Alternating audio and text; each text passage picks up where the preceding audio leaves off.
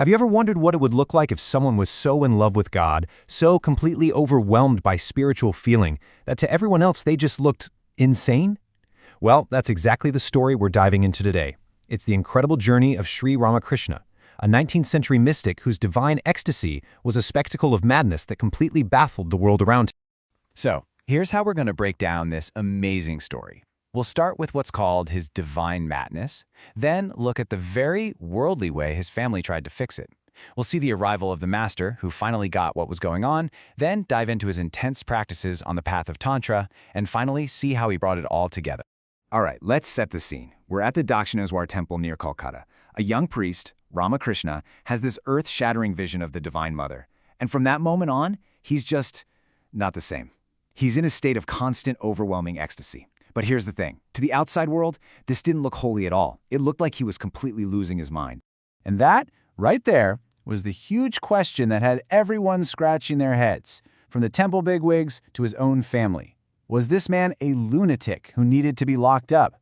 Or was he something else entirely, a deeply realized soul, a God-man? The answer, believe me, was not obvious. You know, in the spiritual traditions of India, they actually have a name for this. It's called unmata, which literally means divine madness. It's this state where a person is so drowned in God, so intoxicated with the divine, that social rules, norms, what you're supposed to do, none of it matters anymore. Their actions look totally nuts, but they're coming from a much, much deeper place. I mean, his behavior was just off the charts. He'd take the flowers meant for the statue of the goddess Kali and put them on his own head because he saw the divine right there inside himself. He'd take the blessed food offering and feed it to a stray cat because he saw the Divine Mother in that cat too. He'd laugh for hours, then weep, then dance wildly. For the temple officials, this was a total scandal. But for his patron, a man named Mathur Babu, it was a sign of something truly special. Okay, so this brings us to probably the most famous story about him. One day, the founder of the temple herself, the powerful Queen Rani Rashmoni, is sitting there listening to Ramakrishna sing. And even in this incredibly holy atmosphere, her mind drifts off. She starts thinking about a lawsuit, some worldly problem she's dealing with. And just like that, Ramakrishna stops singing. He walks right over to the queen, and somehow he knows exactly what she's thinking. He exclaims, "That thought even here?" And then he slaps her. Can you even imagine the shock? This young priest just struck the queen in front of everyone. But what happened next is just astonishing. Instead of being furious, instead of having him thrown out, she just bows her head and accepts it. She instantly understood that he wasn't just some employee. He was a soul so pure he could literally see into her mind and had the spiritual authority to call her out. This moment, right here, sealed the deal for his protector.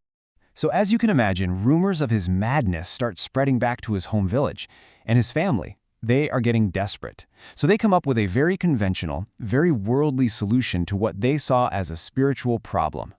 In 1859, they call him home. And their logic was pretty straightforward. Hey, if we get this guy married, the responsibilities of having a wife and a family will surely snap him out of it. It'll ground him, pull him out of this spiritual fever dream, and drag him back to the real world.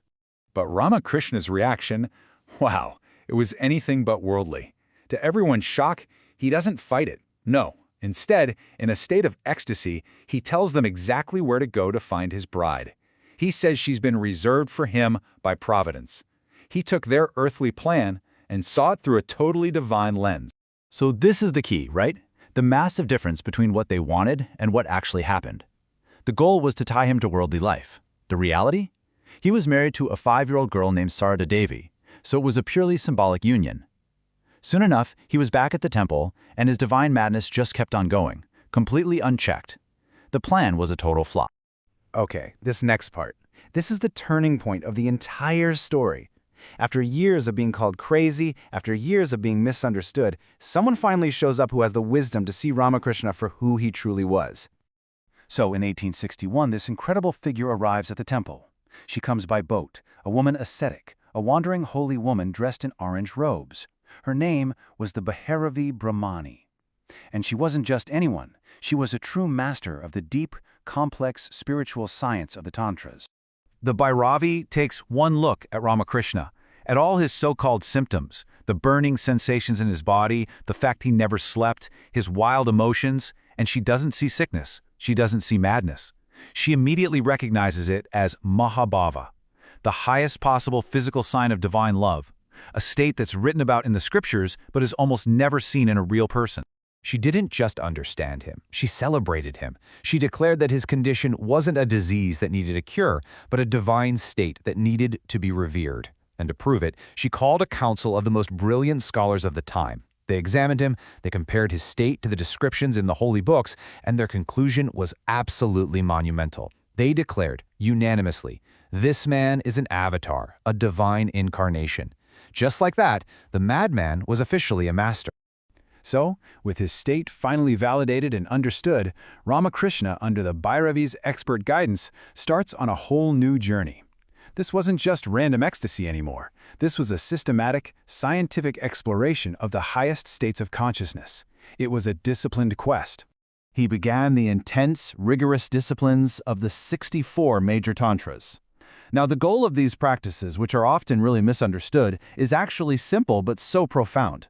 The whole point is to transcend all dualities, to go beyond our ideas of good and bad, pure and impure, pleasure and pain, and to see the Divine Mother in every single thing, no exceptions.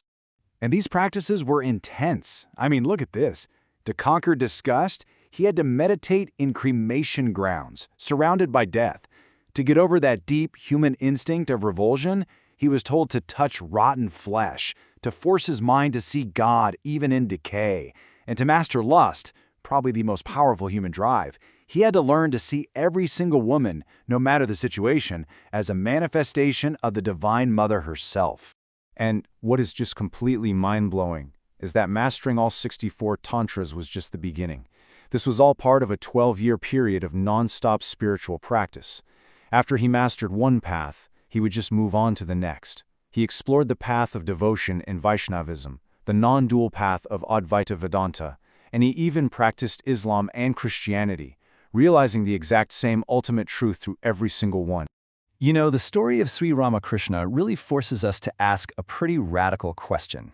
His life wasn't about running away from the world, it was about expanding his mind so completely that he saw the divine in all of it.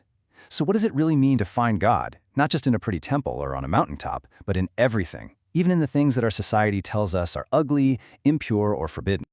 Thank you so much for joining us for this explainer. Now, for those of you who might be new, Gyan Kosh is a multilingual channel where we share spiritual wisdom in English, Hindi, Marathi, Tamil, and Bengali, and we've got more major languages on the way soon. Our whole goal is to bring you the timeless treasures of Sanatana Dharma in a way that's simple, clear, and really meaningful. On our channel, you'll find daily videos covering everything from the Srimad Bhagavatam and Bhagavad Gita to the lives of incredible saints. It's all there and available in multiple languages. So if you find what we do valuable, please subscribe to Gyan Kosh. That way, you'll get notified about our daily videos. And of course, don't forget to like this explainer, share it, and help spread this divine knowledge with your family, your friends, and your community. Let's keep the light of Sanatana Dharma shining bright together.